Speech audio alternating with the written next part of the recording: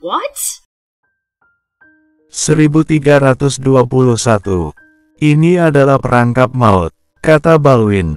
Ketika aku menunjukkan jurus ini, bahkan jika Arlo yang hebat sekalipun, bisa dalam waktu yang singkat sekali tak akan berkutik. Kamu juga tidak ada ruginya jika harus mati di bawah jurus ini. Perjuanganmu berakhir cukup sampai di sini. Balwin pun menyeka darah yang ada di sudut bibirnya. Baginya jurus ini jelas memiliki beban yang cukup besar. Tenang saja, aku akan membawa jasadmu. Tunggu sampai aku membereskan Eternal Planet. Aku akan membawa jasadmu itu kembali ke kampung halamanmu dan menguburnya di rumahmu. Tunggu sampai Hades Palace memasuki bumi lagi. Kamu harus lihat apa yang akan kulakukan di sana. Aku akan menjadi tuan besar di bumi. Saat membantai manusia di bumi, aku akan membiarkan orang tuamu hidup. Biarkan mereka makan dan minum, dan mengurus hidup mereka, kata Balwin. Seluruh tubuh Damar dari kepala sampai kaki tidak bisa digerakkan sama sekali. Ini adalah kekuatan sosok nomor 1 dari kuil neraka Yama. Kekuatan yang digunakan sangat besar. Damar sampai saat ini masih tidak bisa berkutik. Tidak heran jurus ini disebut perangkap maut. Serangan di sekitarnya pun mulai terdengar menderu. Selain Zeno dan kepala Nightwalker, beberapa Immortal Undying Flame yang tersisa juga mulai menyerang ke arahnya. Saat ini Damar adalah target serangan mereka. Dia berusaha ingin melawannya, tetapi tubuhnya tidak bisa digerakkan sama sekali. Energi Chi terus mengalir di dalam tubuhnya, tetapi saat dia ingin mengeluarkannya, tampaknya seperti ada suatu kekuatan yang menghalanginya. Mati, bunuh dia. Suara raungan pun kembali terdengar lagi. Pada saat ini, Zeno dan kepala Nightwalker muncul di belakang Damar secara bersamaan. Kemudian energi Chi yang begitu menakutkan langsung terasa di punggung Damar. Damar berusaha sekuat tenaga untuk bisa melawannya, tetapi anggota tubuhnya diikat dengan rantai, dan dia merasakan ada banyak tekanan di sekelilingnya. Pada saat ini Damar benar-benar merasakan ancaman kematian yang dahsyat. Meskipun dia siap mati semenjak kedatangannya ke Eternal Planet, akan tetapi dia sekarang tidak ingin mati dengan cara yang seperti ini. Dia berpikir bahwa bahkan jika dia mati, dia ingin mengoyak sebagian besar tubuh Sun dan membiarkan yang lain untuk membereskan sisanya. Dia tidak ingin mati sekarang. Dia belum menghentikan tujuan Balwin untuk pergi Kutub Utara. Dia belum selesai membunuh kelompok Balwin. Dia tidak ingin mati seperti ini. Jurus, lonjakan kematian. Damar mengerang pelan. Energi Chi di tubuhnya berkembang menyeruak dengan hebat, dan tubuhnya sedikit gemetar, seolah dia ingin terlepas dari perangkap itu. Namun, tekanan besar dari dunia luar tidak dapat mematahkan energi Chi miliknya, Chi pedangnya dan segalanya. Roar! Dari dalam tubuh Damar, muncullah Dragon Chen. Tangan Balwin yang memegang pena penghakiman pun terus bergetar. Damar telah melawannya. Perangkap yang sedang dia pertahankan itu juga sudah jelas merupakan beban besar baginya. Terlihat darah yang mulai mengalir keluar dari sudut bibirnya, tetapi dia masih sekuat tenaga memegang pena itu. Terasa seperti ada sensasi kesemutan yang begitu kuat dari belakang tubuh Damar. Siapapun tidak ada yang memperhatikan bahwa ketika saat Dragon Chen muncul dari tubuh Damar, binatang raksasa Elepah yang berada di kejauhan pun tiba-tiba bangkit dan terlihat ada binar kegembiraan di matanya. Kemudian Elepah pun mulai bergerak, dia melangkahkan kakinya dan berlari beberapa langkah menuju ke depan. Pada saat yang sama, dari kejauhan hidungnya yang panjang itu tiba-tiba ditebaskannya ke arah Balwin. Ekspresi Balwin pun seketika berubah. Dia tidak berani terus mempertahankan perangkapnya. Dengan cepat dia menyingkirkan pena penghakimannya itu dan berlari ke sisi lain untuk menghindari serangan Elepah. Bersamaan dengan Balwin yang menyingkir, sesuatu yang tidak terduga terjadi. Duar, sebuah energi Chi yang sangat kuat melonjak keluar dari tubuh Damar dalam sekejap. Zeno dan kepala Nightwalker menikam Damar dengan pedang secara bersamaan. Tubuh Damar sedikit goyah, dan dengan menggunakan karakteristik jiwanya dia menghindar dari posisi dia sebelumnya. Sensasi kesemutan yang begitu kuat dari belakang tubuhnya itu memuncak, bahkan tubuhnya yang berada di bawah karakteristik penguatan pun tidak bisa menahan serangan dari dua ahli bela diri tahap penyelesaian ini. Pada saat yang sama, yang lainnya pun mulai menyerangnya. Tak, suara jentikan jari pun mulai terdengar. Dalam sekejap tubuh Damar pun langsung menghilang dari tempat asalnya. Seno dan kepala Nightwalker yang hendak menikamnya pun terkejut melihat Damar yang langsung berubah menjadi selembar kertas. Puff! Di kejauhan, Damar dan selembar kertas melakukan transposisi, tetapi dia merasa bahwa kekuatan dari dua orang ahli bela diri itu masih mendatangkan bahaya di tubuhnya. Damar yang tidak mendapatkan perlindungan dibuat terluka parah oleh mereka. Hong, hong, hong. Suara raungan Elepah yang tidak jauh dari tempatnya tuh terdengar begitu nyaring dan bersemangatnya. Kemudian dia berlari menghampiri Damar dan langsung terduduk di hadapannya. Di dekatnya, kepala Nightwalker pun tercengang melihatnya. Elepah, apa yang kamu lakukan? Teriak kepala Nightwalker itu. Elepah pun menyipitkan mata ke arahnya, kemudian dia pun menundukkan kepalanya dan menatap mata Damar dengan tatapan penuh dengan sanjungan. Tulang ya, dia adalah tulang naga. Kepala Nightwalker itu kembali berteriak. Jika bukan karena Elepah yang tiba-tiba menyerang Balwin, Balwin tidak bisa terus mempertahankan perangkapnya. Tak diragukan lagi Damar barusan mungkin saja akan mati. Tapi tidak ada kata jika. Saat ini meskipun Damar terluka, tetapi dia masih bisa selamat. Elepah menundukkan kepalanya di tanah dan sepertinya memberi isyarat kepada Damar untuk naik. Terima kasih. Damar pun mengusap kepalanya dan menutupi lukanya dengan karakteristik es. Kemudian dia melihat kembali ke arah Balwin dan yang lainnya. Chi pedang dan aura energinya menyeruak keluar lagi. Jurus lonjakan kematian baru saja diaktifkan dan aku masih punya cukup waktu.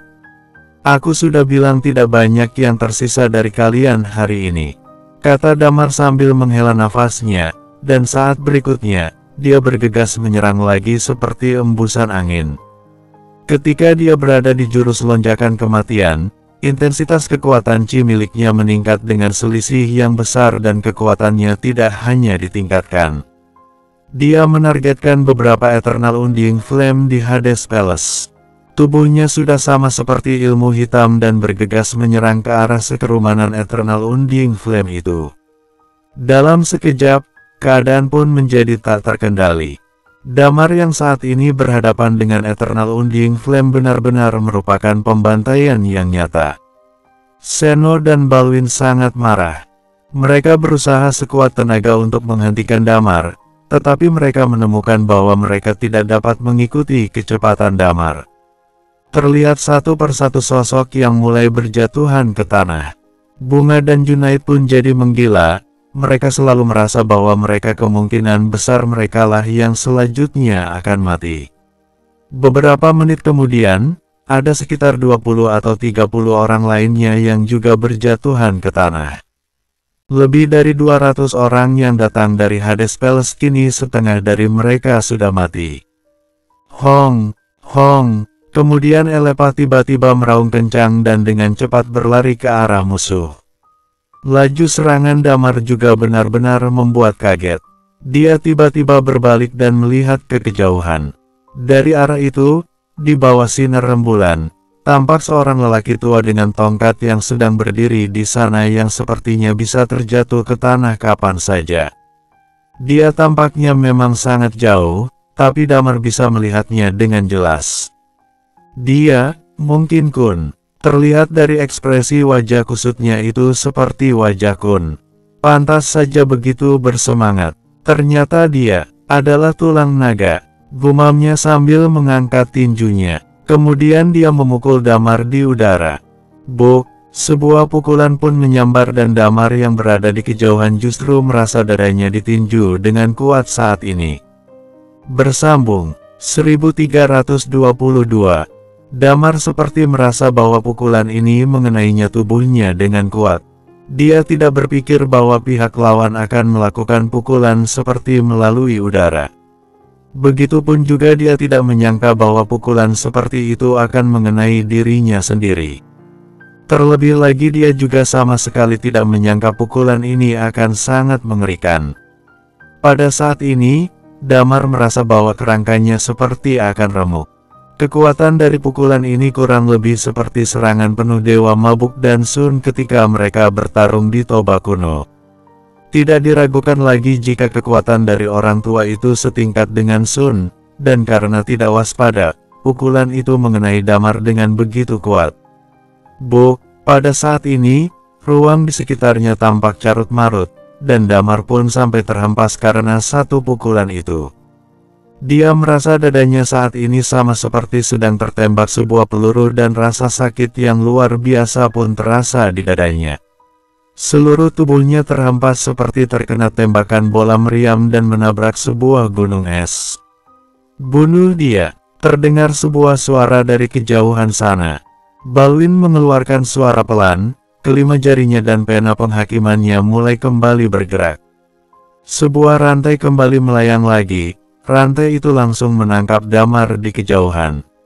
Di dekatnya, kepala Nightwalker dan Seno pun mulai kembali bergerak.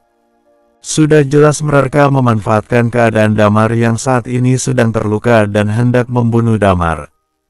Di kejauhan, Damar merasa dirinya seperti akan pingsan. Dia sendiri sudah tak tahu lagi sudah berapa banyak tulangnya yang patah saat ini. Dia merasa bahwa dia berada di ambang kematian. Pada saat ini, dia tidak bisa mendeskripsikan apa yang dia rasa sama sekali. Darah pun terus mengalir keluar dari tubuh dan mulutnya. Darahnya itu langsung membeku ketika mengenai permukaan tanah. Dia merasakan tekanan yang begitu besar di sekelilingnya, dan perangkap Balwin pun kembali muncul. Hong! Hong! Pada saat ini, Elepa kembali meraung kencang. Dia tiba-tiba mengangkat kakinya dan menginjak Gletser. Kemudian dia berlari dengan cepat, dan kecepatannya sangat tak terkira. Hidung besar itu tiba-tiba mengeluarkan lapisan kabut hitam. Kemudian kabut hitam itu langsung menyebar dan menutupi seluruh tempat termasuk Damar yang pada saat ini dia hanya terpaku di dinding. Hanya dengan karakteristik jiwanya dia dapat membedakan segala sesuatu di sekitarnya. Tik, tik, darah terus mengalir keluar. Damar ingin menutup matanya namun tidak bisa. Tetapi dia tahu bahwa begitu matanya tertutup, dia mungkin bisa saja mati di sini. Krek, pada saat ini, dia mendengar suara retakan yang terdengar seperti suara rantai yang putus. Damar belum bereaksi apapun, dia merasa seolah-olah dia telah digulung oleh sesuatu. Karakteristik jiwanya yang aktif membuatnya bisa mengetahui segala sesuatunya. Ternyata hidung Elepah yang sedang menggulungnya. Setelah menggulung Damar, dia pun mulai berlari ke kejauhan. Matanya masih menatap Damar, masih dengan tatapannya yang seperti menyanjungnya. Damar tidak tahu apa yang sebenarnya terjadi, tetapi dia tahu bahwa binatang buas aneh ini telah menyelamatkannya 2 kali. Tentu saja, ini membuatnya masih bisa bertahan hidup. Luka di tubuhnya sangat parah. Tidak peduli baik itu cedera di dalam maupun di luar, bukan jadi masalah jika Lilia berada di dekatnya, karena Lilia pasti bisa membantunya melewatinya dengan cepat. Tapi sekarang, Lilia tidak ada di sampingnya. Dia tidak memiliki peralatan medis dan tidak ada obat-obatan apapun di sekitarnya. Dia tidak tahu apakah dia bisa melewatinya sendiri. Dia tidak berani pingsan. Dia takut jika dia pingsan, maka dia akan mati. Dia mencoba untuk tetap bertahan dengan sekuat tenaga. Pada akhirnya dia merasakan dari karakteristik jiwa yang menyelimuti ruang sekelilingnya itu sudah tidak ada lagi terasa keberadaan dari pihak lawannya. Elepah telah membawanya keluar dari kabut hitam itu dan melarikan diri dengan cepat ke arah tertentu, seolah-olah dia merasa dirinya harus menyelamatkan Damar. Damar tidak bisa bertahan sepenuhnya, dia terus berusaha membuka matanya dan deru kematian perlahan-lahan akan segera berakhir. Kesadaran mulai mengalir dari pikirannya sedikit demi sedikit. Di sisi lain, Kabut hitam itu pun perlahan menghilang. Di bawah sinar rembulan, segala sesuatu di sekitarnya mulai terlihat dengan jelas. Di tanah yang terlapisi es, Damar dan Elepa pun mulai tidak terlihat lagi keberadaannya dan hanya menyisakan puluhan mayat yang berserakan di tanah. Karena tidak ada Qi yang dipertahankan, mereka tidak dapat menahan udara dingin. Pada saat ini, darah mereka pun membeku dan berubah menjadi patung es. Dalam perang ini, Hades Palace telah mengalami kerugian yang sangat besar. Mereka telah kehilangan 2 Immortal Undying Flame, dan banyak Eternal Undying Flame. Harga yang ditinggalkan dari apa yang terungkap darinya masih terlalu kecil. Tetua Kun, kepala Nightwalker memandang lelaki tua itu di kejauhan dan berkata, "Di mana bocah itu?" Dibawa pergi oleh Elepa. Di kejauhan, Tetua Kun menghela nafas panjang dan berkata, "Sayang sekali kita tidak bisa sepenuhnya membereskannya." Nightwalker mengerutkan dahinya dalam-dalam, tetapi Balwin dengan jelas mendengar panggilan kepala Nightwalker kepada lelaki tua di kejauhan. "Tetua Kun, aku adalah Balwin, kepala kuil neraka Yama di bawah Sun. Aku datang untuk menemui Anda dalam perjalanan ini," kata Balwin dengan suaranya yang kencang. Ekspresi wajah kusut dari Kun itu pun akhirnya menunjukkan senyuman, tapi senyumnya terlihat jauh lebih buruk daripada menangis. Dia mengangguk dan berkata, "Aku sudah menunggumu selama bertahun-tahun. Jarakku dari kalian memang cukup jauh, pergilah ke kota Aurora dan tunggu aku. Adapun bocah dengan tulang naga itu, aku pun tidak tahu jika dia masih sanggup bertahan hidup atau tidak." Balwin pun cukup tertegun saat mendengarnya. Saat ini, dia tiba-tiba merasa bahwa sosok Kun itu semakin menjauh dan akhirnya menghilang. Dia masih terdiam terpaku, kemudian dia bertanya dengan heran, "Ini, apa yang sedang terjadi?" Kepala Nightwalker menatapnya dan tersenyum dingin. Dia berbalik ke yang lain dan berkata, "Ayo kita pergi." Para Nightwalker itu pun menyalakan lentera lagi. Mereka tidak melanjutkan pertarungannya dengan Balwin. Sebenarnya dia juga sedikit takut pada Balwin. Perangkap maut Balwin itu hampir saja membunuh Damar. Jika bukan karena bantuan secara tiba-tiba dari Elepa, mungkin Damar akan mati. Dia bertanya pada dirinya sendiri bahwa dia sepertinya bukan lawannya Balwin, apalagi dengan satu ahli bela diri lainnya di tahap penyelesaian itu. Balwin juga tidak menyerang mereka. Ketika Nightwalker mulai tak terlihat lagi, terlihat senyum antusias yang muncul di wajahnya. "Kita, pada akhirnya bisa dibilang telah bertemu dengan Tetua Kun. Meskipun setengah dari kita telah menjadi korban, tetapi kita tidak datang ke sini dengan sia-sia," kata Seno dengan semangat. Balwin pun memandang gunung yang berada di kejauhan itu, lalu mengangguk dan berkata, "Ya, benar sekali." Kemudian dia melihat ke sekelilingnya sambil menghela nafas, "Aku hanya berharap Damar bisa mati." Elepa yang legenda itu benar-benar menyelamatkan hidupnya, dan tampaknya dia sedikit tunduk padanya. Dia memiliki karakteristik ke-8, yaitu karakteristik magis. Cukup sulit untuk menghadapinya sekarang. Aku khawatir aku tidak bisa menghadapinya jika harus berduel 1 lawan 1. Seno pun dengan ekspresi seriusnya berkata, "Memang, jurus bayangannya itu cukup sulit untuk dicegah. Ini adalah jurus paling kuat dari magis dalam pertempuran, yang menghabiskan banyak energi dan tidak dapat mempertahankan Qi untuk menggunakannya berkali-kali," kata Balwin sambil memandang gunung yang berada di kejauhan itu. "Kita akan beristirahat dan melakukan pemulihan di tempat asal, lalu selanjutnya kita pergi ke kota Aurora dengan sekuat tenaga." Bersambung 1323. Satu hari pun berlalu dengan tenang. Kemudian keesokan harinya, di tempat pertempuran, Wendy dan ketiga orang lainnya muncul di tempat Damar bertempur sebelumnya. Telah terjadi pertempuran di sini," kata Desi sambil mengerutkan dahinya. Dia mengenakan pakaian putih tebal dan rambut peraknya yang tersibak karena tertiup angin. Setelah lebih dari 2 hari, pemandangan di sana sebenarnya telah banyak pulih. Tempat ini, yang telah membeku kemudian kemarin hancur lebur akibat pertempuran dapat segera pulih kembali dan menjadi sama seperti sebelumnya. Wendy menghabiskan waktu cukup lama melihat dengan teliti keadaan di sekitar sana. Kemudian dia berkata sambil mengerutkan dahinya, sepertinya ada ahli bela diri teknik pedang di sini. Tapi aku tak tahu bagaimana situasinya. Yani pun meramalnya lagi. Di tangannya, benang sutra seperti cincin langsung itu menunjuk lurus ke arah lain. Mereka berempat pun sedikit tertegun. Menurut penjelasan dari penduduk desa sebelumnya, kota Aurora seharusnya berada di belakang gunung yang ada di hadapan mereka, kata Wendy sambil mengerutkan dahinya. Dan Hades Palace juga bertanya tentang arah kota Aurora. Bagaimana bisa ramalanmu itu menunjukkan bahwa Damar ada di sisi lain? Yani pun menggelengkan kepalanya dan berkata, aku juga tidak tahu. Kemudian dia pun mencoba meramalnya lagi berkali-kali. Akan tapi arah yang ditunjukkan adalah tetap mengarah ke arah lain dari gunung es yang ada di depannya. Apa mungkin Damar sudah ketahuan?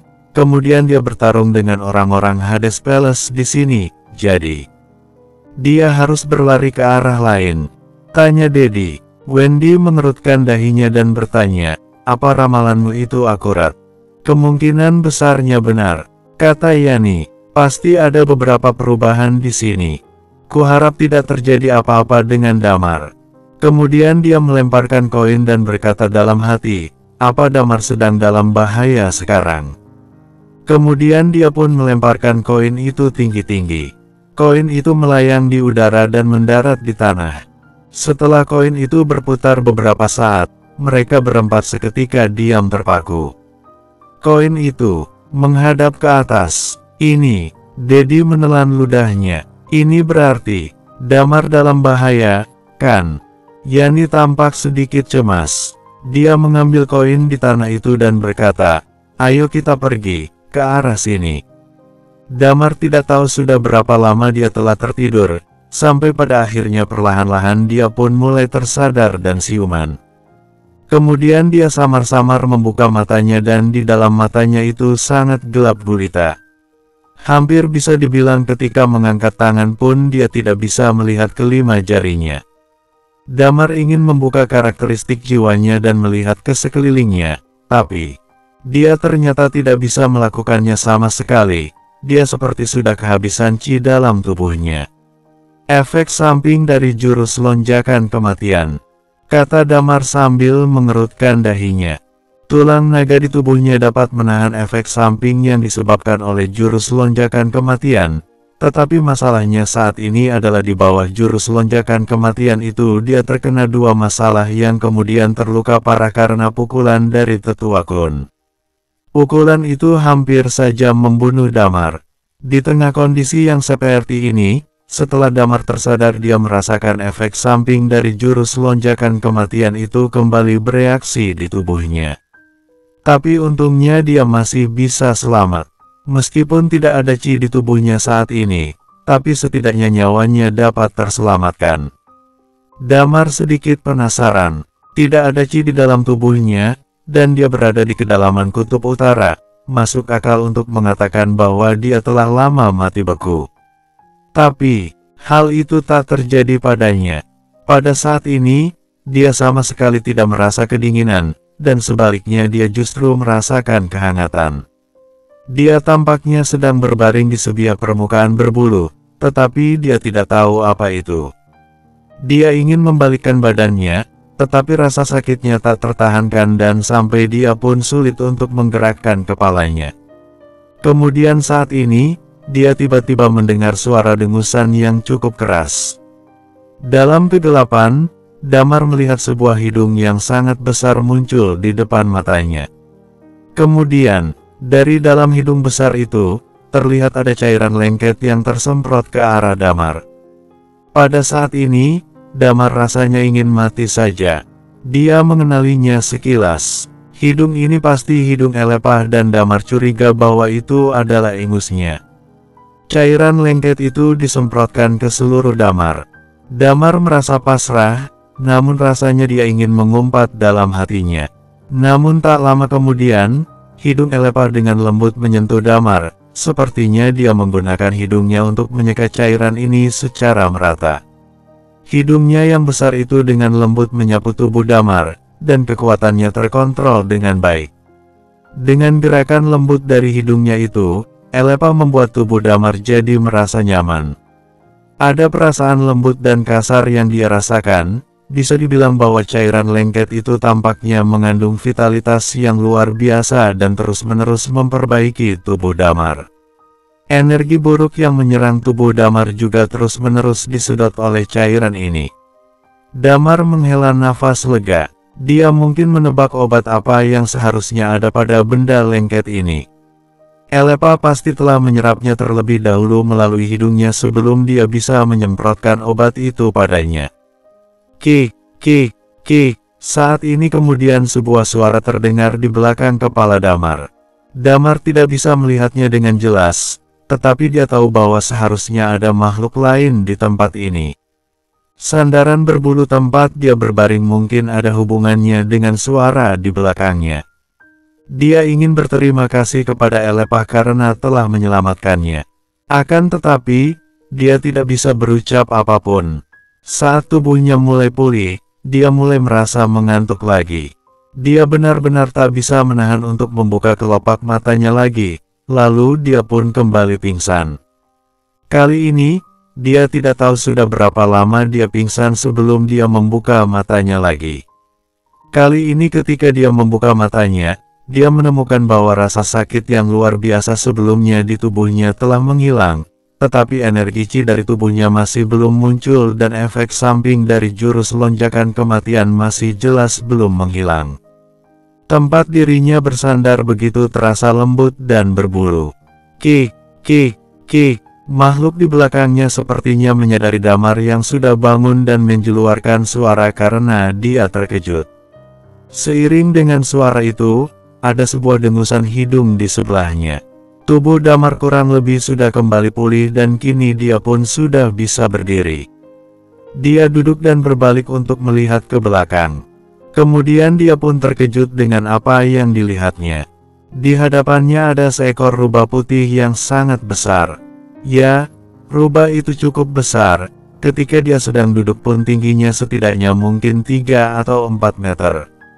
Dan yang terpenting adalah ketika Damar terduduk, rubah itu juga menggerakkan tubuh dan ekornya. Mulai terlihatlah bahwa rubah itu memiliki 9 ekor. Rubah berekor 9. Tempat di mana Damar berbaring sebelumnya seharusnya menjadi tempat tidur sederhana yang ternyata itu adalah dari ekornya. Namun, kondisi fisik rubah tidak terlalu baik. Ketika Damar menatapnya, dia juga melihat Damar. Terlihat ada noda darah di banyak tempat di bulu putihnya itu, dan sepertinya darah itu jadi sudah membekas dalam waktu yang cukup lama. Timbul rasa tak nyaman dari dalam hati Damar, kemudian dia pun tiba-tiba menoleh dan melihat ke arah Elepa. Damar pun cukup terkejut dengan apa yang dilihatnya. Di tubuh besar Elepa ada sebuah luka yang cukup dalam. Elepa terbaring di tanah dan rubah putih di sebelahnya terus menjilati lukanya itu. Ketika melihat Damar, Elepa pun kembali mendengus dan terlihat ada binar kegembiraan di matanya. Tapi apa yang Damar lihat saat ini bahwa kondisi Elepa sangatlah buruk. Bersambung 1324. Baik Elepa maupun rubah berekor 9, kedua binatang buas itu semuanya terluka. Damar menebak bahwa kemungkinan besar pasti ini semua berhubungan dengannya. Apa setelah dia diselamatkan, mereka kemudian diburu? Ataukah karena alasan lain, Damar tidak bisa berkomunikasi dengan binatang itu, tapi mungkin Elepa telah menyelamatkannya 2 kali. Melihat keadaannya yang seperti ini, membuat Damar menjadi antara marah dan khawatir. Kondisi fisik Elepa cukup buruk dan tidak ada Lilia di sini. Damar tahu sedikit tentang bagaimana cara memperban sederhana dan sedikit perawatan medis, walaupun dia tahu ini mungkin tidak banyak membantu Elepa. Hal yang paling menyakitkan adalah bahwa Damar tidak memiliki Qi di tubuhnya. Jika dia tidak berada di sisi kedua binatang ini, dia bahkan mungkin tidak dapat meninggalkan sekelilingnya. Kik, kik, pada saat ini, rubah itu pun mengeluarkan suaranya, dan kemudian Damar melihat seperti ada gas yang menyeruak keluar dari tubuhnya. Gas itu dengan cepat menyeruak dan menyelimuti mereka pada saat yang bersamaan. Tempat di mana mereka berada adalah di sebuah gua es besar. Kabut putih dengan cepat muncul di mulut gua. Sepintas, mulut gua tampaknya telah menghilang dan tak terlihat. Jelas, ini adalah salah satu kemampuan dari binatang buas itu. Segera setelah rubah itu menyelesaikan semua ini, Damar melihat ada dua sosok berjalan di dekat pintu masuk tempat ini. Mereka membawa lentera dan mengenakan jubah hitam Nightwalker. Kemudian di saat yang bersamaan terdengar suara percakapan. Kita bersembunyi di bawah gua es ini saja. Kita hanyalah Eternal Undying Flame yang pergi untuk mencari Elepah dan rubah ekor 9, bukan untuk cari mati. Kata seseorang dari mereka. Bukannya sudah dibilang, Elepah terluka parah, begitu juga dengan rubah ekor 9 yang juga terluka parah. Selama kita menemukan mereka, jika mereka terluka parah, kita juga memiliki kesempatan untuk membereskannya. Jika lukanya tidak serius, kita akan lari. Kata seseorang yang lainnya. Yang paling penting adalah jika kita berhasil menangkap pria yang bernama Damar, itu juga merupakan pencapaian besar. Tapi itu tetaplah berbahaya, kata orang yang pertama meneruskan ucapannya. Malam itu Elepah dan rubah berekor 9 masuk ke Danau Dynite dan mencuri cairan spiritual di dalamnya. Beberapa hari sudah berlalu, bagaimana jika Damar itu telah kembali pulih? Maka dia bisa saja dengan mudahnya membunuh 3 orang ahli bela diri tahap penyelesaian. Kemudian dia mengertakkan giginya dan berkata, kalau tidak kita katakan saja kalau kita sudah berkeliaran mencarinya, dan bilang kita tidak mengetahuinya dan tidak menemukannya. Tidak peduli seberapa kuat dia tidak dapat pulih dalam waktu singkat. Sahut orang yang satu lagi. Ini adalah kesempatan besar dan kita telah mendapatkannya. Kami memiliki kesempatan untuk memasuki Danau Dynite untuk berkultivasi. Dengan begini kita memiliki kesempatan untuk menembus tingkatan Immortal Undying Flame.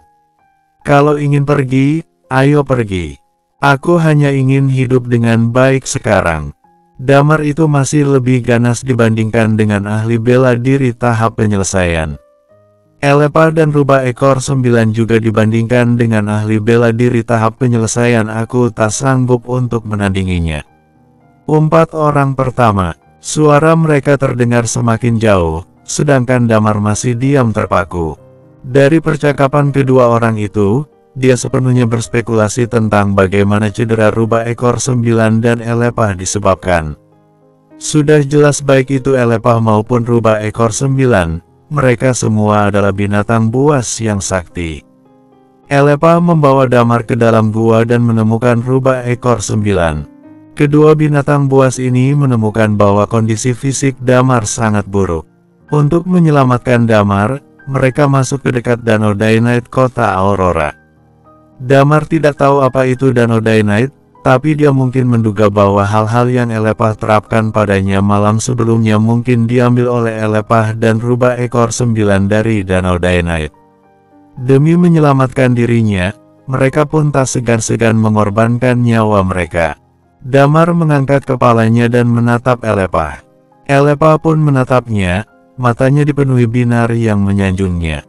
Damar datang menghampirinya kemudian lembut membelai hidungnya dengan tangannya dan berkata, "Aku tidak akan membiarkanmu mati. Aku berjanji, tunggu beberapa hari dan biarkan aku pulih." Setelah itu, dia melihat rubah ekor 9 yang ada di sebelahnya, lalu duduk bersila dan mulai mengerahkan keterampilannya untuk pulih sesegera mungkin. Tubuhnya yang sebenarnya kurang lebih telah pulih, tetapi di dalam tubuhnya belum ada perubahan sama sekali. Tapi Damar masih mencoba yang terbaik. Dia tidak tahu sampai saat ini sudah berapa lama berlalu. Dia merasa bahwa kondisi Elepah semakin buruk dan dalam hatinya diam-diam merasa cemas. Pada titik waktu tertentu, Damar tiba-tiba merasa bahwa energi Qi akhirnya muncul di tubuhnya. Kemudian, Qi itu dengan cepat menyebar ke seluruh tubuh Damar dan terus-menerus berkembang. Pada saat yang sama, dia merasa ada energi aneh di tubuhnya, yang terus-menerus diserap olehnya. Seiringan dengan penyerapan energi ini, energi Qi-nya itu tampaknya semakin kuat. Dia sepertinya telah memasuki kondisi yang misterius sama seperti saat dia pertama kali belajar tentang seni bela diri. Pada saat ini, Damar benar-benar memasuki kondisi pencerahan. 3 jenis teknik bela diri itu terus-menerus mengalami kemajuan. Seiring berjalannya waktu, 2 hari pun telah berlalu. Hampir 10 hari telah berlalu sejak Damar terungkap. Kick, kick, kick. Pada saat ini, rubah ekor 9 pun tiba-tiba mengeluarkan suaranya. Dia membuat pencerahan Damar menjadi terganggu. Damar membuka matanya. Kemudian sebuah momentum yang tajam terpancar dari dia, namun wajah Damar menunjukkan sedikit rasa kasihan. Setelah ketiganya bergabung menjadi satu, ketika pencerahan itu, 3 teknik bela diri itu akan berjalan beriringan. Namun, bagaimanapun juga dia belum mencapai tingkat tahap penyelesaian, hanya kurang 1 langkah lagi dan dia belum bisa sukses melewatinya. Dia membuka matanya dan menemukan Elepah yang tidak jauh darinya tidak membuka matanya. Dia berbaring di tanah dan perlahan mulai timbul nanah dari lukanya. Di dunia es dan salju ini, dengan kondisi lukanya yang masih seperti itu, berarti itu hanya bisa membuktikan satu hal, yaitu situasi Elepah benar-benar semakin buruk. Kick, kick. Pada saat ini, tubuh rubah ekor 9 pun mengeluarkan kabut, yang sepertinya ingin menutupi lubang pintu masuk tempat itu. Karakteristik jiwa Damar sepenuhnya berkembang. Saat berikutnya, dia melihat rubah ekor 9 dan berkata, "Tidak perlu, orang yang datang adalah temanku." Kick, kick. Rubah ekor 9 sepertinya mengerti suara Damar dan dia kembali menarik kabut itu. Damar pun mengelus Elepah dan dengan cepat berlari keluar dari gua. Pada saat yang sama, dia benar-benar melepaskan seluruh momentumnya. Tak lama kemudian ketiga sosok itu dengan cepat menghampiri Damar. Sosok yang datang itu adalah Yani, Desi, dan Dedi. "Bagaimana kalian bisa datang ke sini?" tanya Damar dengan heran. "Aku tidak bisa menjelaskan banyak padamu sekarang," kata Desi. "Damar, cepat ikut dengan kami. Terjadi sesuatu dengan Wendy." Damar pun seketika terkejut saat mendengarnya. Dia menggerakkan satu tangannya dan kemudian sebuah belati dan sebuah pedang pun langsung terbang dan mendarat dalam genggamannya. "Apa yang terjadi? Di mana dia sekarang?" "Biarkan aku yang mengatakannya," kata Desi dengan ekspresi yang serius. "Yani meramalkan bahwa kamu akan menghadapi hal-hal yang sangat berbahaya. Kami telah menemukan kotak Crescent dan mengetahui bahwa kamu telah menyelinap masuk ke Hades Palace. Yani terus-menerus meramal untuk memastikan kamu mungkin pergi ke Kutub Utara. Kami mengejarmu sampai sini karena kami mengkhawatirkan keselamatanmu." Damar merasa ada sesuatu yang tidak beres. Bersambung 1325. Ketika kami sampai di Kutub Utara, kami tidak menemukan bahaya apapun. Kemudian kami bertemu dengan beberapa orang berjubah putih dan hitam. Mereka tidak menyerang kami, dan demi menemukanmu akhirnya kami sampai di sini. "Ini adalah Polar Night di Kutub Utara," kata Desi. Damar pun mengangguk. Di tempat ini, hanya 3 bulan yang bisa dilihat, tidak ada sinar matahari sama sekali. Desi pun kembali melanjutkan perkataannya, "Tepat kemarin saat kami bertemu sekelompok orang, semuanya mengenakan jubah hitam dan membawa lentera, kemungkinan saat itu sedang berada di dalam kota gelap gulita. Mereka mengepung kita dan menyuruh kita agar pergi bersama mereka ke kota gelap gulita.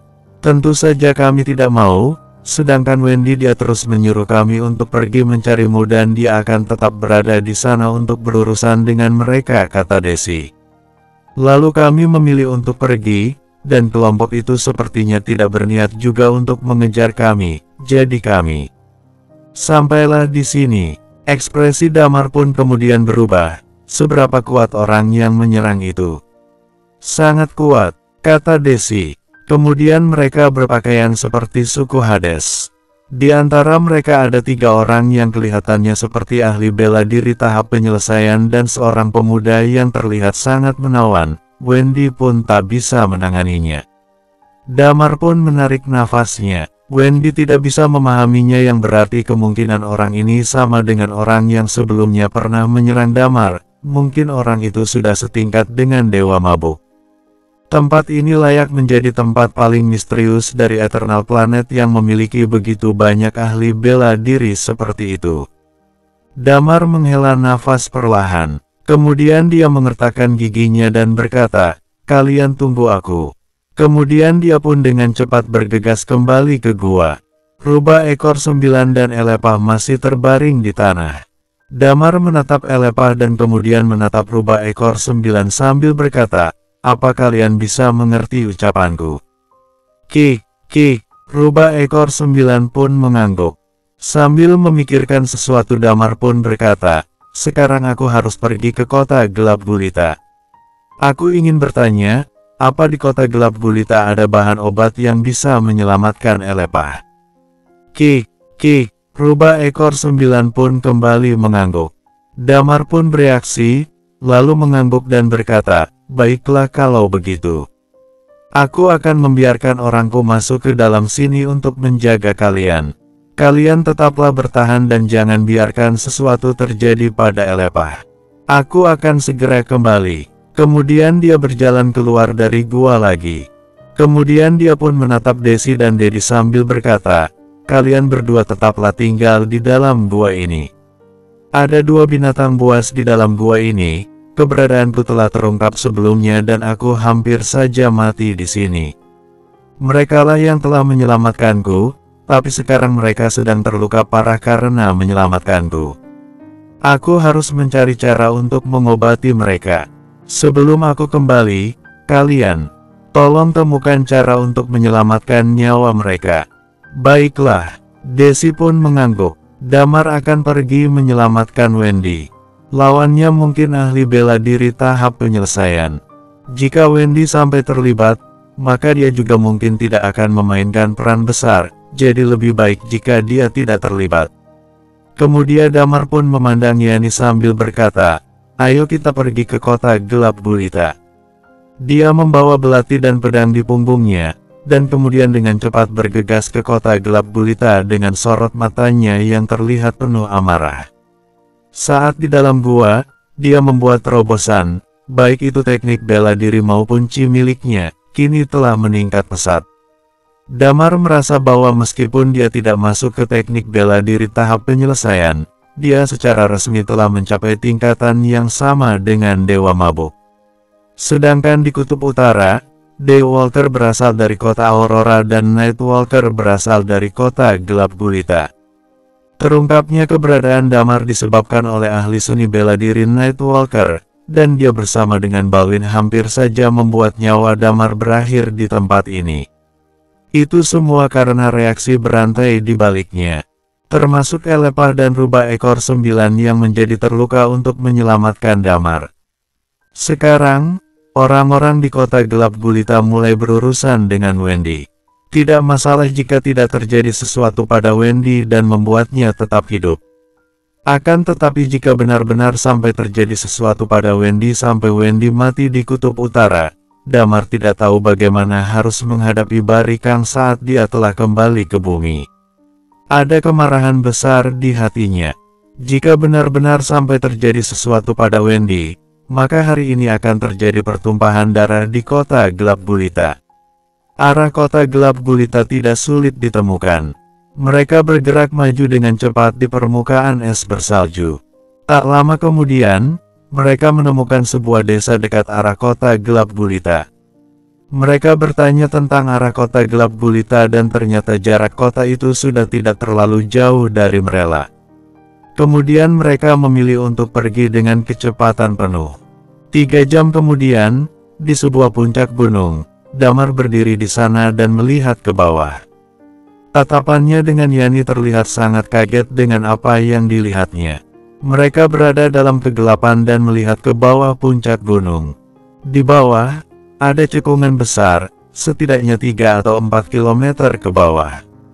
Cekungan itu sangat besar. Yang menjadi perhatian adalah cekungan itu terbagi menjadi hitam dan putih.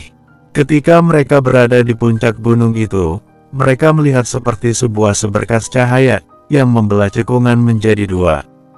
Mereka berada dalam kegelapan dan dapat melihat sisi lainnya dengan sinar matahari. Di kedua sisi garis pemisah itu ada benda besar seperti lembaran besi. Kedua macam benda ini menempati sebagian besar area di dasar cekungan. Damar tahu bahwa ini adalah dua kota di kutub utara, kota gelap gulita dan kota Aurora. Apakah ini kota Aurora dan kota gelap gulita yang mereka dengan tingkatan yang lebih tinggi dari tingkatan Eternal Undying Flame akan dikeluarkan jika mereka bertambah tua dan tidak memasuki Immortal Undying Flame? Kata Yani sambil menarik nafasnya dalam-dalam. Kedua kota ini bisa dikatakan cukup besar, bisa disebut dengan pengerjaan luar biasa, yang telah menyebabkan dampak besar pada keduanya. Damar memandang Yani yang berada di dekatnya dan berkata, "Bagaimana kalau kamu menungguku di sini sendirian dan aku akan turun ke sana seorang diri?" Yani berkata sambil tersenyum tipis, "Kau jangan terlalu meremehkanku. Sangat sulit bagi seorang ahli bela diri tahap penyelesaian untuk membunuhku dalam waktu singkat. Aku bisa melindungi diriku sendiri dan bahkan cukup bisa untuk membantumu. Meskipun Wendy dan aku tidak terlalu begitu bisa menghadapi mereka karena karakteristik kita, akan tetapi, bagaimanapun juga, dia dan aku adalah Night Watcher, menyelamatkannya adalah sebuah keharusan." Kemudian dia tersenyum dan berkata, "Bukannya kamu pernah mengatakannya bahwa Night Watcher tidak akan pernah menyerah demi kawan satu timnya?" Damar memandang Yani, dan kemudian melihat lembaran besi di bawah itu. Kemudian Skywings pun mulai terbentang lebar dari belakang tubuhnya. Skywings pun terbentang lebar dari balik tubuh Yani. Mereka pun kemudian meluncur turun dari puncak gunung itu seperti dua ekor burung yang sedang terbang. Saat ini di saat yang bersamaan di pintu portal kutub utara, terdengar suara tawa yang kencang dari pintu portal itu. "Hahaha, hahaha, selamat, bocah itu selamat." Terdengar suara orang yang tampak kegirangan. Dia sedang bergegas ke kota gelap gulita, bunuh semua orang di sana, bunuh orang-orang dari suku Hades, kekuatan darah, bunuh semuanya, bunuh mereka semua, dan aku bisa keluar. Bunuh, setelah membunuh mereka, aku akan mengakui kehebatanmu itu. Meskipun pemilik suara itu berada di pintu portal itu, tetapi dia sepertinya tahu apa yang terjadi kota gelap gulita yang jauh. Bersambung, 1326. Dua sosok menukik ke bawah bagaikan burung. Boom, Damar dan yang lainnya mendarat di depan gudang yang besar. Mereka tercengang dengan betapa tingginya gudang ini. Tingginya setidaknya mencapai 2000 meter lebih, dan titik tertingginya berada di tengah lembah ini. Gudang itu amat besar. Setelah dilihat lebih dekat, baru diketahui gudang itu terbuat dari semacam logam. Cakupan areanya juga sangat luas. Entah berapa banyak logam yang harus dikumpulkan untuk membuatnya. Bahan bangunan terlihat mirip dengan logam yang banyak digunakan di tembok-tembok di kota-kota Eternal Planet. Hanya saja, sedikit lebih kasar. Gudang itu tertutup. Damar dan yang lainnya tidak menemukan pintu masuk setelah mendarat. Jika Nightwalker dan Daywalker bisa keluar, pasti ada pintu masuknya. "Ayo, kita cari," seru Yani. "Cari," Damar berkata, "kenapa harus mencari? Pertama-tama, berdebah itu ingin membunuhku, dan kemudian menyerang Wendy. Sekarang Wendy tidak diketahui hidup dan matinya. Aku sudah bilang, jika Wendy tidak selamat, maka semua orang di kota gelap gulita ini harus dikuburkan bersamanya." Usai berkata, Damar langsung menghunuskan pedang dari belakang punggungnya. Yani tertegun sejenak. "Apa yang ingin kamu lakukan? Bukankah pintu masuknya tidak bisa ditemukan? Kalau begitu, aku akan membuat pintu masuknya di sini." Damar mencibir. Dia mengembuskan napas panjang, dan Qi yang mengerikan melonjak dari tubuhnya. Dengan cepat Yani mundur ke belakang. Tubuh Damar memancarkan aura yang mendominasi dan tak tertandingi. Pada saat ini, Damar tampak seperti sebilah belati yang berat. Kemudian, pergelangan tangannya bergerak. Segera, magma bersuhu tinggi mengalir keluar dari tubuhnya. Magma menyapu udara, dan aura energi yang luar biasa menyertai niat membunuh yang kental menghantam lembaran besi di depannya. Boom! Belati Damar menghantam dinding. Namun, sesuatu yang memalukan terjadi. Kelihatannya belati Damar tidak menyebabkan terlalu banyak kerusakan pada lempengan yang mirip besi itu. Yani mendekat, apakah ada gunanya? Damar berdeham, dan menyimpan Dragon Sword-nya kembali. Mari kita cari jalan masuknya di tempat lain. Awalnya, Damar mengira lembaran besi itu mungkin sama dengan yang digunakan di tembok kota, dan pengerjaannya terlihat kasar. Seharusnya mudah dihancurkan. Tidak disangka, jurusnya sama sekali tidak berguna, bahkan tidak membuat kerusakan sedikit pun. Dia tidak tahu bagaimana bangunan ini dibuat. Yani menahan senyum, lalu keduanya berjalan menyusuri sekeliling lembaran besi besar ini. Setelah berkeliling selama 2 atau 3 jam, pupil Damar menyusut sedikit. Damar melihat ada lorong menuju bagian dalam di balik lembaran besi di depannya. Di tengah lorong, ada pintu yang tertutup. Apakah ini pintu masuknya? Tanya Yani. Damar mengangguk, kemungkinan besar iya. Kalau tidak akan ada pintu di sini. Keduanya berjalan menelusuri lorong. Pada saat ini, Damar baru tahu mengapa pedangnya tidak dapat merusak lembaran besi ini. Di kedua sisi lorong, juga terpasang lembaran besi. Panjangnya setidaknya 100 meter yang juga mewakili ketebalan lembaran besi tersebut. Sebelumnya saat di Eternal Planet, ketebalan dinding hanya 2 atau 3 meter, jadi mudah dibelah. Sedangkan ketebalan dinding ratusan meter ini memiliki luas yang amat besar. Kekuatan mudah menyebar sehingga sulit menyebabkan kerusakan. Semakin dekat, Damar merasa punggungnya semakin gatal. Sebenarnya, Damar sudah merasakan rasa gatal di punggungnya setibanya di kutub utara. Namun, Damar mengabaikannya karena pertempuran yang berturut-turut dan terjadinya berbagai peristiwa lain. Setelah mendekati pintu depan, Damar mencabut Dragon Sword sekali lagi. Dia juga mengerahkan Dragon Blade lagi. Magma pun menari bebas dan Damar menebas pintu logam yang besar ini. Bang! Pintu logam itu runtuh dan terbuka dalam sekejap. Dari balik pintu, terdengar jeritan tajam. Selanjutnya, terjadi hal yang mengejutkan Damar dan Yani. Kota gelap gulita diliputi kegelapan yang ekstrim. Ketika Damar menebas pintunya, bagian dalam lembaran besi seketika terhubung dengan dunia luar. Segera, angin dingin yang menggigit dari luar langsung mengalir ke bagian dalam lembaran besi. Hembusan angin yang bertiup melalui besi itu membuat suara yang terdengar seperti suara jeritan manusia. Di dalam lembaran besi, seberkas cahaya menerangi lorong tersebut. Berdiri di depan pintu, Damar dan Yani melihat situasi di dalamnya. Keduanya tercengang. Di dalam kota, terdapat burung-burung yang berkicau, taman bunga, gunung, pohon, sinar matahari, dan juga sungai yang mengalir. Selain itu, juga ada banyak bangunan. Gawat, musuh datang, musuh datang. Pada saat yang sama, bunyi sirene terus-menerus bergema. Beberapa aura yang mengerikan mendekat dengan cepat. Siapa dirimu?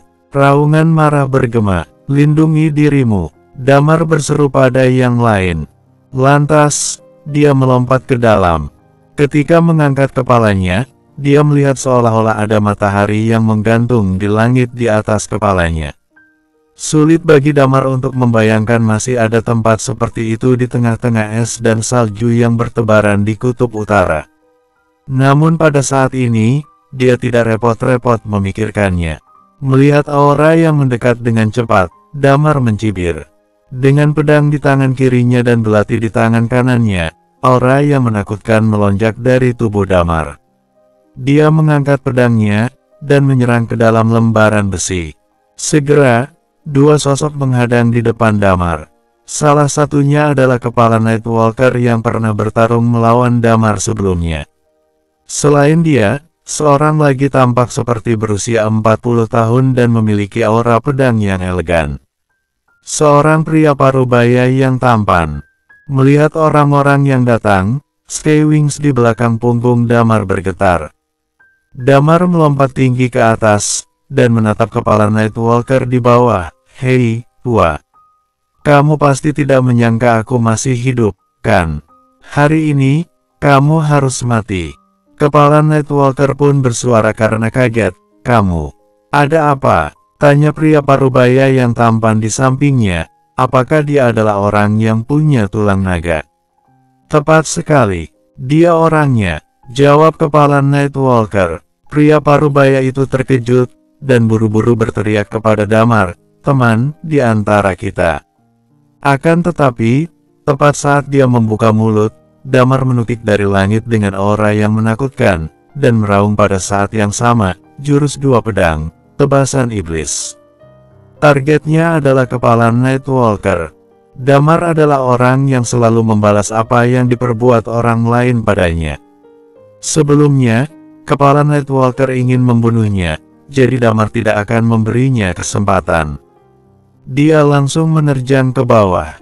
Kepala Nightwalker terkejut. Seketika, ekspresi pria parubaya yang tampan di sebelahnya berubah. Kakinya bergerak, menghalangi jalan Damar, dan aura pedang yang luar biasa naik ke atas. Tang!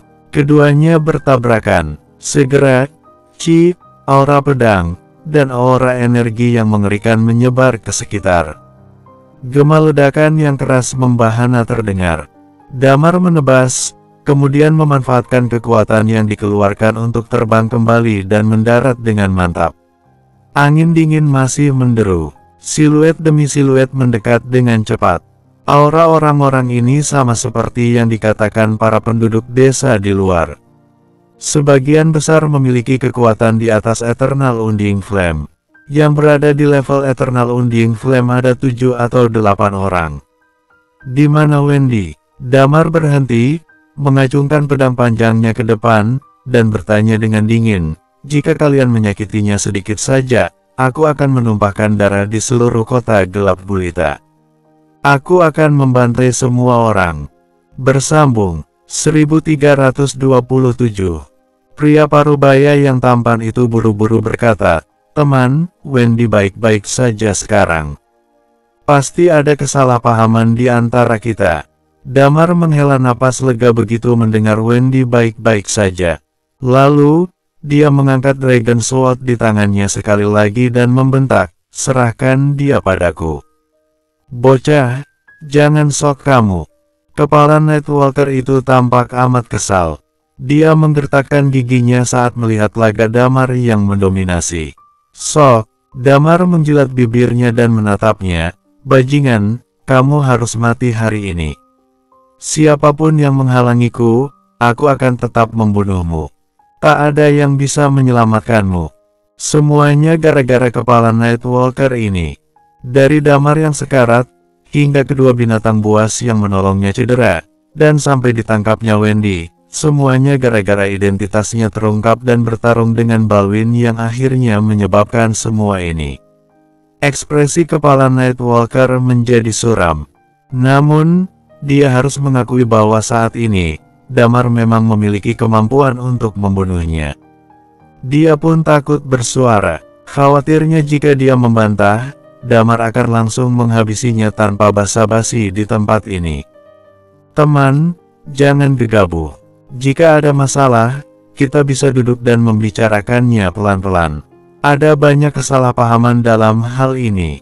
Pria parubaya yang tampan itu menatap Damar yang murka, buru-buru mengingatkannya. Hentikan. Pada saat ini, dua aura yang kuat lainnya datang. Ekspresi Damar dan Yani berubah pada saat yang sama. Mereka merasakan aura Wendy. Aura Wendy terasa stabil, tidak melemah sedikit pun, bahkan sampai batas tertentu, terasa lebih kuat. Tak lama kemudian, Wendy dan seorang lelaki tua yang memegang tongkat mendekat dengan cepat. Di sekeliling mereka ada banyak Eternal Undying Flame, mungkin ada lebih dari 1000 orang. Wendy tidak menunjukkan tanda-tanda cedera. Setelah mendekat, dia buru-buru berkata, "Damar, jangan gegabah. Aku baik-baik saja. Memang ada kesalahpahaman dalam hal ini." Tubuh tulang naga, lelaki tua itu memandang Damar, dan kemudian mengembuskan napas perlahan-lahan. Satu karakteristik unik muncul kembali di dunia. Era yang hebat akan datang. Era yang hebat akan datang. Damar menatap lelaki tua itu yang memberinya senyuman tipis dan tatapan ramah. Namun, Damar tahu bahwa lelaki tua ini tidaklah sederhana. Jika dia bertarung dengan lelaki tua ini, Damar tidak bisa menjamin dirinya akan menang. "Kemarilah," Damar berkata kepada Wendy. Wendy mengangguk dan berjalan ke sisi Damar. Pada saat ini, lelaki tua itu berkata, "Anak muda, jangan buru-buru. Kamu adalah temanku. Kita bisa duduk dan berbicara." Ekspresi Damar berubah. Dia memandang Wendy. Kemudian, dia ingat sikap orang-orang yang mengaku sebagai suku Hades kepada Wendy sebelumnya. Pakaian orang-orang ini juga agak mirip dengan pakaian suku Hades. Damar menatap Wendy, dan Wendy mengangguk padanya. Damar pun menyahut, "Baiklah." Lelaki tua itu tersenyum kecil, dan kemudian melambaikan satu tangannya, yang lain, "Pergi dan perbaiki pintu. Jangan biarkan udara dingin masuk terlalu banyak. Kalau tidak, akan repot ditangani." Ribuan orang di sekitarnya mundur dengan cepat. Lelaki tua itu memberi gerakan mempersilakan, dan berkata, "Semuanya, silakan ikuti aku." Mereka berenam, termasuk kepala Nightwalker dan pria parubaya yang tampan itu. Mereka berjalan melalui hutan dan memasuki sebuah bangunan yang besar. Di dalam gedung, ada beberapa sofa dan furnitur lainnya. Lelaki tua itu memberi isyarat kepada Damar dan yang lainnya untuk duduk, lalu memperkenalkan dirinya sendiri. "Teman kecilku ini pasti bernama Damar, bukan? Aku Jiza." Kemudian, dia menunjuk pria parubaya di sebelahnya dan berkata, "Ini adalah kepala pasukan keamanan kota gelap gulitaku, Novo. Yang di sebelahmu adalah kepala Nightwalker, John." Nama-nama orang-orang ini semuanya satu kata, dan mereka tampaknya tidak memiliki nama keluarga. Damar bertiga duduk bersama. Damar memandang Jiza, mengernyit, lalu menatap Wendy di sebelahnya. "Ada apa ini? Siapa mereka?" "Mereka mengaku sebagai orang-orang dari suku Hades. Detailnya mungkin terdengar agak dibuat-buat. Aku juga tidak tahu apakah bisa dipercaya atau tidak," jelas Wendy. "Hah?" Ekspresi Damar berubah sedikit. "Apa maksudnya?" Wendy merenung sejenak sebelum berkata, "Aku bertanya beberapa hal tentang Kutub Utara, dan aku merasa, apa yang mereka katakan kepadaku terdengar seperti fantasi. Aku tidak tahu apakah aku harus mempercayainya atau tidak." Apa yang dikatakan Wendy juga membuat Damar merasa bingung. Singkatnya, mereka mengatakan aku adalah pemilik karakteristik reinkarnasi yang dilahirkan untuk menjadi penguasa suku Hades. Suku Hades yang berada di luar adalah cabang, sedangkan di sini adalah pusatnya.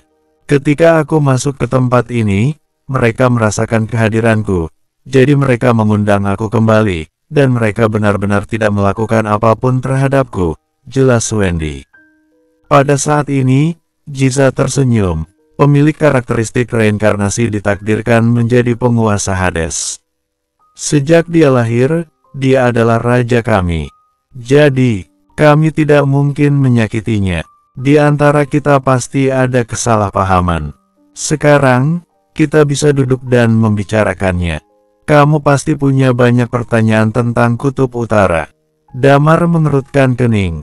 Dia melirik John, kepala Nightwalker yang duduk tidak jauh darinya. Setelah merenung untuk beberapa saat, Damar pun mengajukan salah satu dari beberapa pertanyaan yang membuatnya penasaran. Kalian begitu kuat, hanya dari kekuatan yang ditunjukkan kota gelap gulita saja, kalian bisa meninggalkan tempat ini dan tinggal di luar kutub utara. Bahkan, bisa menjadi salah satu penguasa Eternal Planet.